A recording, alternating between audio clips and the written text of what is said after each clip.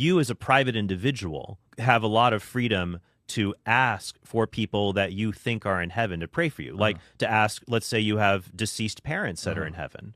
I think it's quite natural that, if your mom's in heaven, Mom, pray for me. Help me out with this. Yeah. Nowhere does God ever encourage or teach his children to communicate with spirits who are not physically present here on earth. Prayer is always and ever directed towards God alone. Let me explain. Here's one of the major problems with the Catholic idea of communicating with believers who are spiritually alive in heaven, but who are physically separated from us here on earth. So if a Catholic thinks that they can communicate with Mary or other saints, then they have a logical conclusion that they can communicate also with their dead loved ones who are, of course, in heaven. It opens them up to communicating with spirits, which the Bible strictly forbids. It becomes a gateway to Spiritism and New Age thinking. Catholics will then begin to think that maybe their passed on loved ones are communicating with them somehow on this earth. They'll begin to see things happening in their life that they will attribute to their passed on loved one communicating back with them. This would be what the Bible calls familiar spirits. This is how those evil spirits deceive people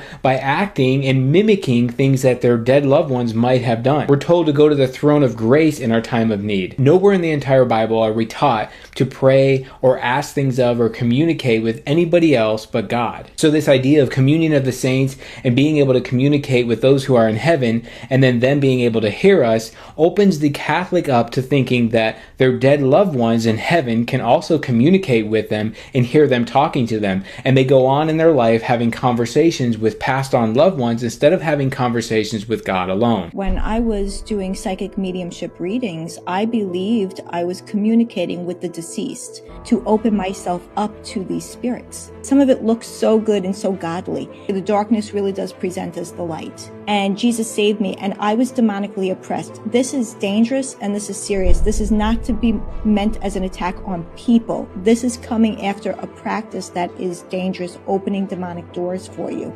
And that's the whole idea of the occult, to get hidden knowledge.